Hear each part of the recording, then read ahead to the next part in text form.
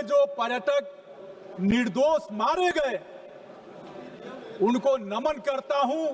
जो हमारे सेना के जवान शहीद हुए उसको भी नमन करता हूं। अध्यक्ष जी, हमारे पूर्वांचल में एक कहावत है कि आकाश बांधो पाताल बांधो, कम से कम अपनी टाटी तो बांधो।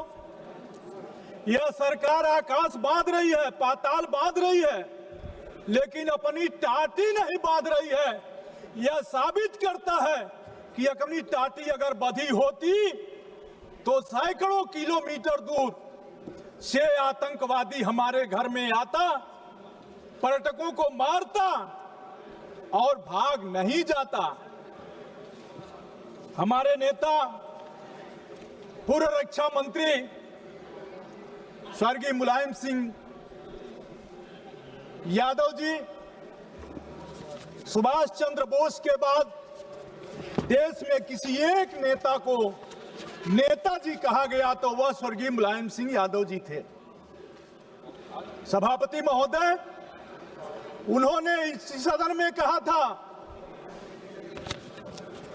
भारत को किसी के दबाव में नहीं, अपने स्वाभिमान के बल पर चलना चाहिए। चाहे अमेरिका हो, चीन हो या पाकिस्तान हो, भारत को झुकना नहीं चाहिए। अमेरिका के साथ हमारे रिश्ते रणनीतिक हैं, लेकिन हमें यह ध्यान रखना होगा कि सहयोग की कोई बात, सहयोग की कोई भी शर्त बराबरी, आत्मसम्मान और पारदर्शिता के आधार पर ही हो। आज जो हुआ, मैं उसी कुछ सवालों पर आपसे कहना चाहता हूं। हमारे घरेलू नीति और विदेशी नीति कैसी होनी चाहिए? जवान की सीमा सुरक्षित हो, किसान का खेत सुरक्षित हो और गरीब का पेट सुरक्षित हो, ये हमारी नीतियां होनी चाहिए। लेकिन हुआ क्या? जो सवाल सामने उठकर आए, मैं कहना चाहता हूं, माननीय रक्षा मंत्री जी ने इसी सदन में कहा है कि हमने 100 आतंकवादियों को मारा। चलिए, इसका स्वागत है, लेकिन उस 100 आतंकवादियों में वो 4 आतंकवादी मारे गए कि नहीं मारे गए जो पहलगाम की घटना किए थे, यह सवाल नहीं आया। उनका नाम कब तक आएगा, यह देश जानना चाहता है। घटना 22 को होती है, 22 अप्रैल को। सभापति महोदया, 22 को घटना होती है। ऑपरेशन सिंदूर 17 दिन बाद होता है। होगी कोई परिस्थिति? देश क्या चाहता था? आतंकवादियों की मंशा कितनी खराब थी? उनकी मंशा यह थी कि हम धर्म पूछकर मारेंगे और भारत में दंगा भड़क जाएगा। और पूरे देश के लोगों को मैं बधाई देता हूं कि आतंकवादियों के मंसूबों को नाकाम किया और हिंदू मुस्लिम सब लोगों ने मिलकर के आतंकवादियों के इस नापाक इरादे को पर लगाम लगाया। मैं कहना चाहता हूं कि आज आतंकवादियों ने जिस तरह की घटना की, उस घटना के सवाल पर सरकार के जो पक्ष आए, सभापति महोदया,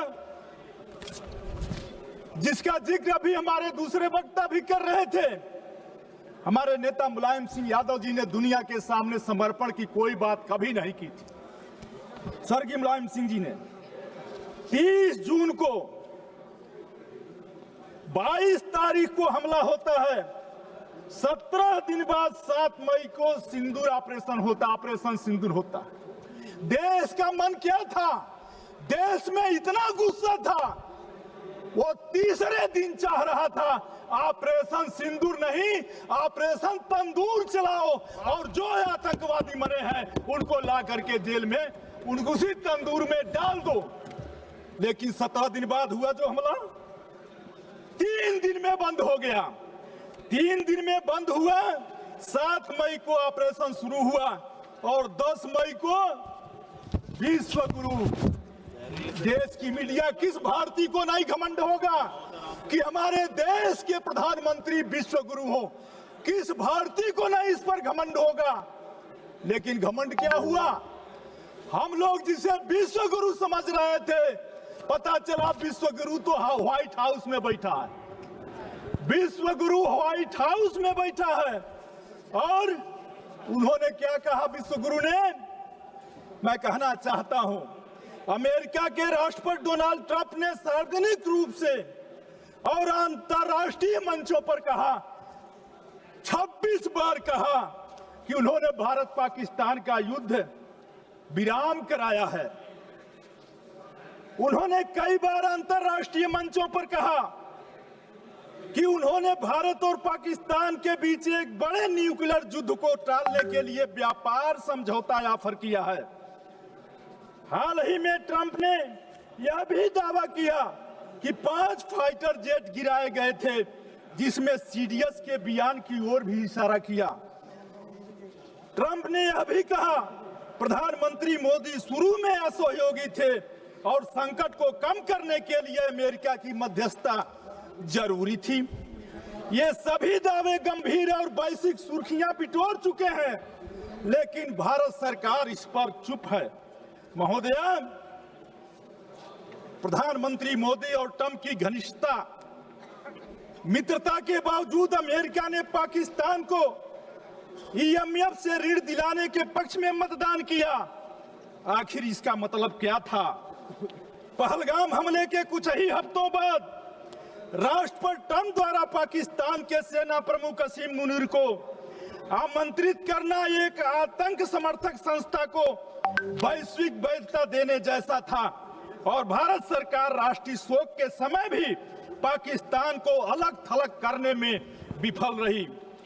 महोदया, पहलगाम में धर्म के आधार पर हुई हत्याओं के बावजूद भारत न तो इस्लामिक देशों के संगठन और OIC में झूठे निरेटिव को चुनौती दे सका और न ही मुस्लिम दुनिया से एकजुटता हासिल कर सका, जबकि यह देश भारत के करीबी सहयोगी थे। पूरे विश्व की सुर्खियां ट्रंप के दावे और संस्करण से भरी रही, जबकि भारत एक सुसंगत और मुखर आधिकारिक पक्ष अंतरराष्ट्रीय मीडिया में